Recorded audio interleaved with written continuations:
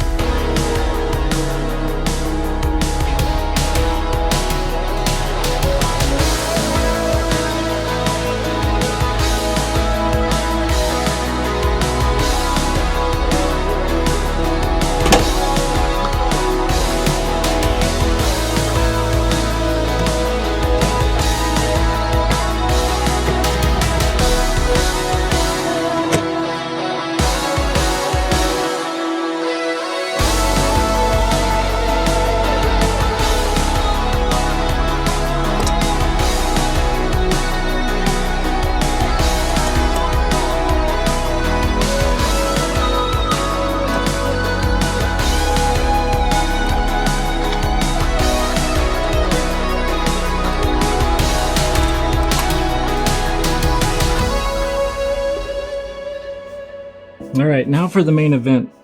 What we're looking at is the front of my rear differential. Again, this is a 2019 F-150. It's a four-wheel drive, so we've got the drive shaft coming from the rear diff forward to my transfer case up near the engine.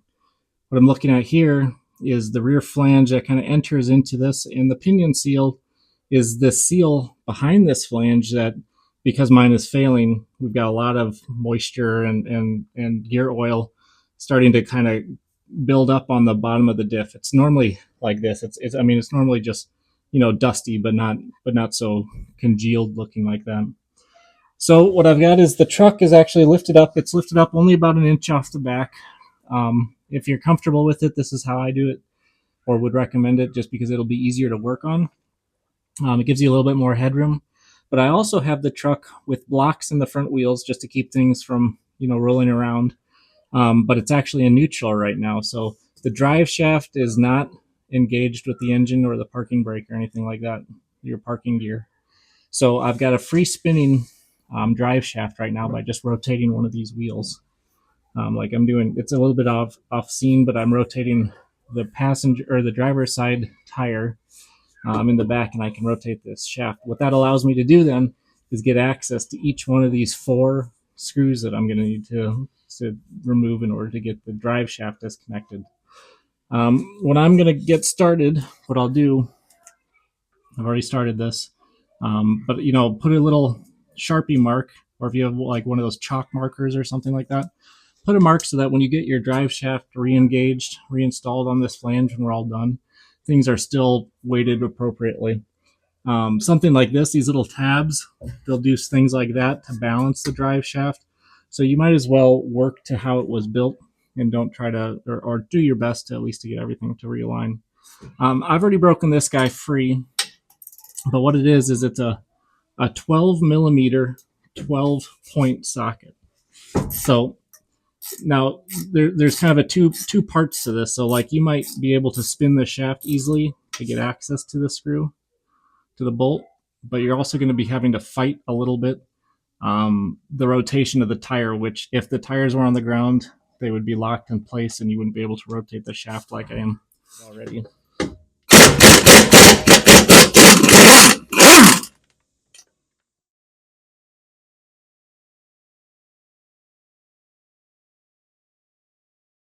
I suppose if you were doing this without having to do anything with this recently, you might want to soak this with some like rust breaker or something like that, some WD-40, just something so that you were keeping it from getting seized up. Now this is my last one. I had already done one previously. This will be my last one. And then we'll take the drive shaft out and kind of just lift it and position it out of the way until we're ready to go back and assemble things.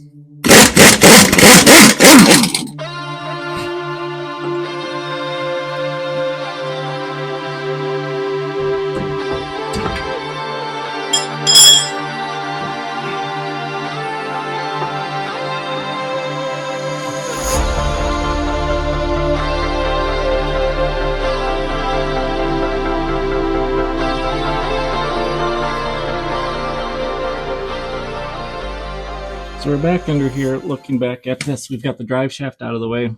And just like what we had done with the flange, I used a Sharpie like this and kind of went and made some marks along the hex nut, this flange nut here, and then the shaft inner, this threads here. And that's just so that I can make sure that when I'm tightening this thing back up, I can get it compressed to about the same amount. Now, I don't have a torque driver big enough, a torque wrench big enough that I could get this to actually measure what it is coming off and then try to replicate that putting back on. So what instead I'm doing is I've counted that I've got 3 exposed threads remaining on this this center threaded nut here, or threaded bolt, which goes into the differential. And then I've got these marks that I put on the 2. So my hope is that I can get it tight and then tighten it to the same point to put approximately the same amount of pressure back on it. I've still got the rear of the truck lifted up. I did put the parking brake on though, so that the rear is locked up. Like I'm not going to be able to twist this myself. And I'm going to take my impact. I've got 1 1/8 on here. You know, it may be metric, but 1 1/8 is the closest I had. And I'm hoping that this will come off all right.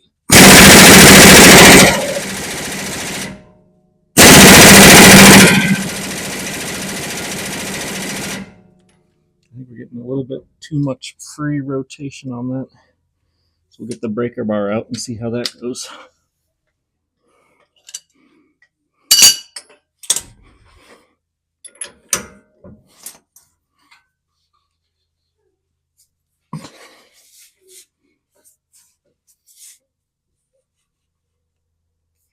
boy, that is a tight one.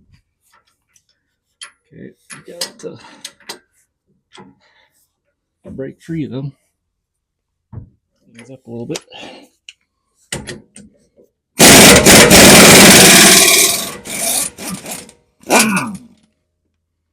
Oh yeah, we got some of the sealant on there, or the thread lock. So save that, put that in our pile of bolts here. And now we got to get this guy up and off of there. So could use a wheel puller. I've got this kind of cheap one. I'm hoping that this will give me enough oomph to get it out of there. Not that it'll be another run to the store or something.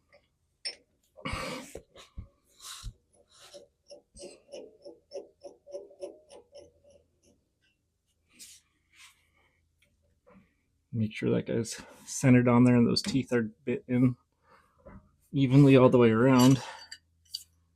We're going to crank on it and see if we can get this guy to walk itself off. And hopefully, I mean, it's not like it's rusted on there. It's just a spline interface, but I know those can be tight. I'm hoping that we can get this to go. Too much headache.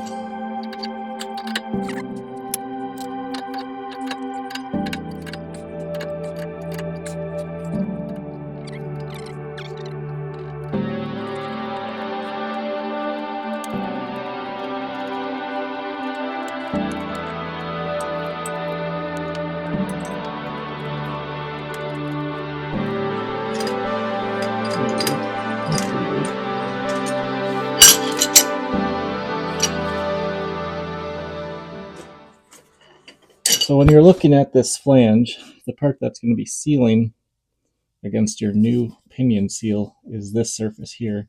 So we've got the splines that are going to engage with the gearing within the differential, but this outer surface and then this plastic like cup piece will be what seals against your gasket of the pinion seal.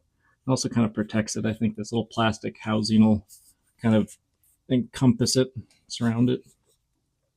Now before I take that guy off, I just want to double check that I've got something that's equivalent to it. This is a National Oil Seals part. You know, best I could tell, it should work. This is kind of the heavier dutier version though.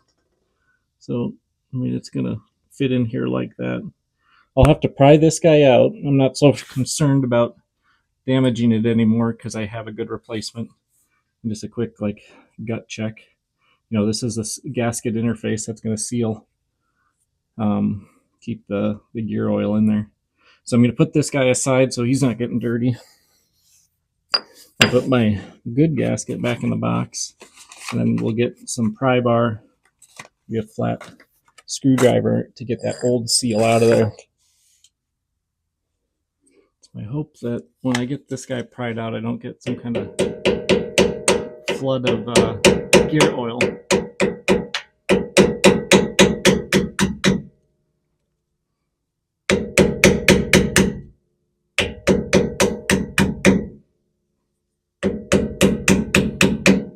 You see, I'm just kind of working on this front flange like you would like a can of paint. I don't want to be diving into it because I don't want to mar the surfaces that it's going to seal on the new piece. So I'm just going to kind of work myself around this perimeter and try the old piece out. Kind of gives you a sense for how tight of fit it's going to be when you put the new one in there. But in the same way, you don't want to be damaging that either. And we'll get to that when we get to that.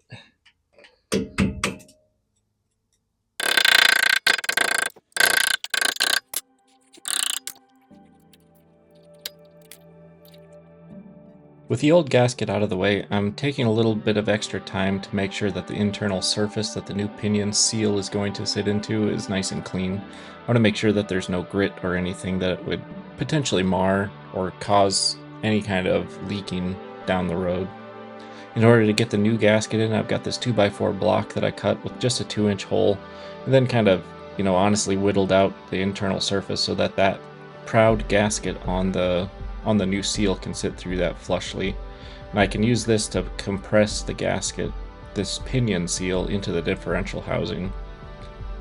As you may have guessed, I had to dub over portions of this because the audio on my phone cut out again. It's probably a good sign that I ought to go look for a new phone, but nevertheless we'll continue on. So with this 2x4, I'm just pounding around, lightly tapping in all directions to get the new pinion seal to fit into the housing.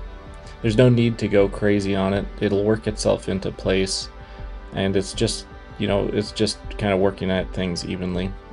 Once it's in there, I'm just verifying that everything's kind of sitting down there nicely, and then I'll use the hammer to give a few love taps and make sure that everything's seated in there evenly. What I'm using as a check is just, visually checking that it's actually sitting, but then I'll go around with my fingernail and just double check that I can't actually slide anything in, and it feels well seated, just like what the original had been.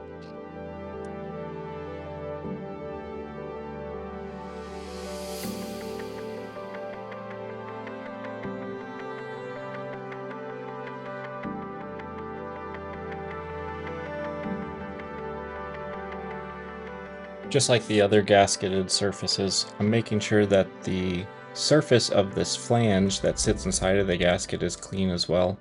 To make sure that it doesn't bind up as it's getting placed into the pinion seal, I've got some WD-40 in a spray bottle that I'm just going to kind of douse there around the perimeter of it. And this just, is again just to keep it from binding up or causing the new gasket of the pinion seal to roll at all. With everything kind of lined up with my original tick marks on the different pieces, the spline and the flange and everything, I'm using this wood block again just to kind of tap things in together as the spline is engaging. I've already checked that the spline is aligned just based on the fit, so I'm not jumping any teeth or anything like that. And I'm using the mallet to kind of knock things in just to the point where the threads of that internal spline are visible to me, and I can use that flanged hex nut to work and compress things into place.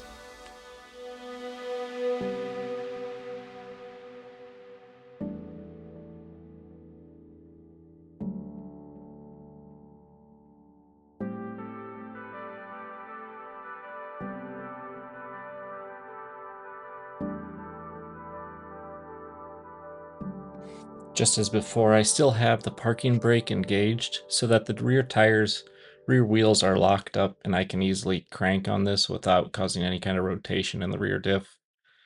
I'm using the breaker bar because I want to monitor this. I don't want to over compress this like I mentioned before. I want to make sure that there's only 3 threads exposed when I'm all done, and that the marker tick marks on my hex nut and that internal spline section align properly.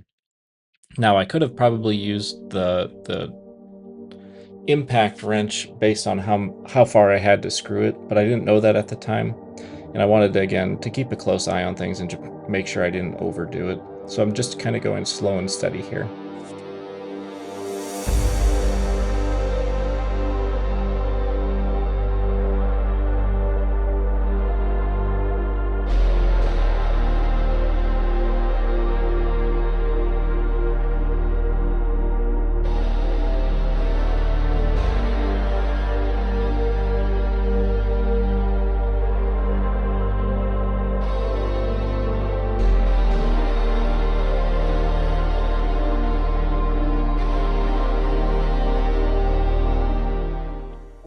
As I'm coming down to the final few threads or few turns needed to get things to align and expose those 3 threads that I was looking for originally, I'm back to using the breaker bar. I've really noticed that as I'm getting closer to the end, the whole flange assembly is really drawing itself into the differential, and there's no relative movement like what you may have seen when I was taking the pinion seal out initially. So that's a good sign. And then also, as I'm getting really close, I am really having to put a lot of torque into tightening this. And I guess that'd be kind of expected because I had to use the breaker bar to get this nut off in the first place. So you're really getting it to the original position, which is exactly what we were looking for.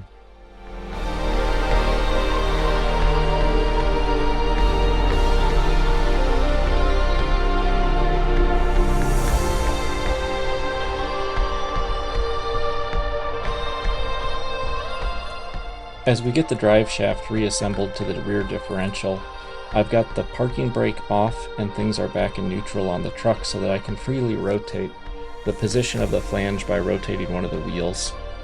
At the same time, I'm looking at the differential and checking for where my marker tick mark was so that I can line up the knuckle with the flange on the rear diff. Just like you had seen when I had disassembled things, there's a slight boss and recess interface between the knuckle and where that flange is that keeps things aligned perfectly. So there's a little stiffness there that you'll have to overcome by compressing those 12mm 12-point bolts in kind of a crosswise pattern. And that's again where it's really beneficial to have the car in a neutral state with the parking brake off, is that you can freely rotate things and kind of get access to all four of those at the same time.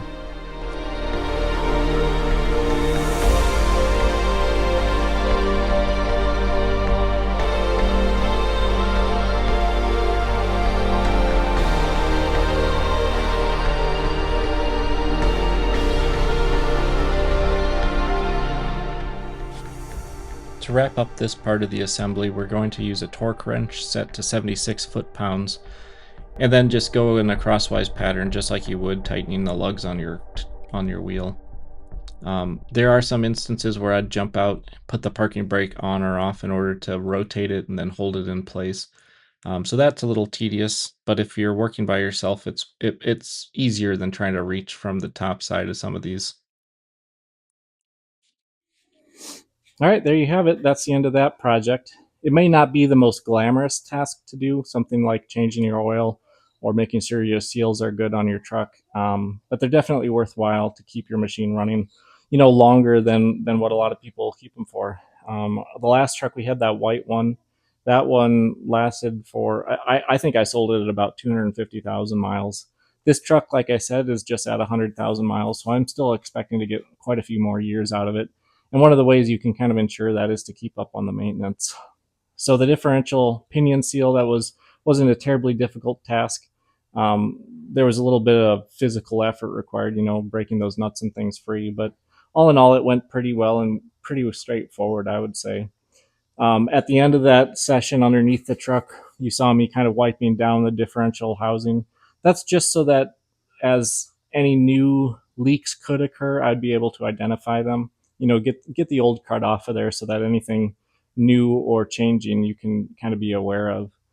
I'll have to go to the store now to get some 75W 85 gear oil for that. That's what I would use on this truck to fill up the differential. Your truck obviously may be different, so do your own research. But pretty straightforward fill procedure, so I'm not going to really document that here. If you liked what you guys saw, give us a thumbs up. That always helps us, and we appreciate it. Consider subscribing, and if you have any questions, drop them in the comments down below. So that's about it for this one. We'll wrap it up here, and we'll catch you on the next one. Thank you.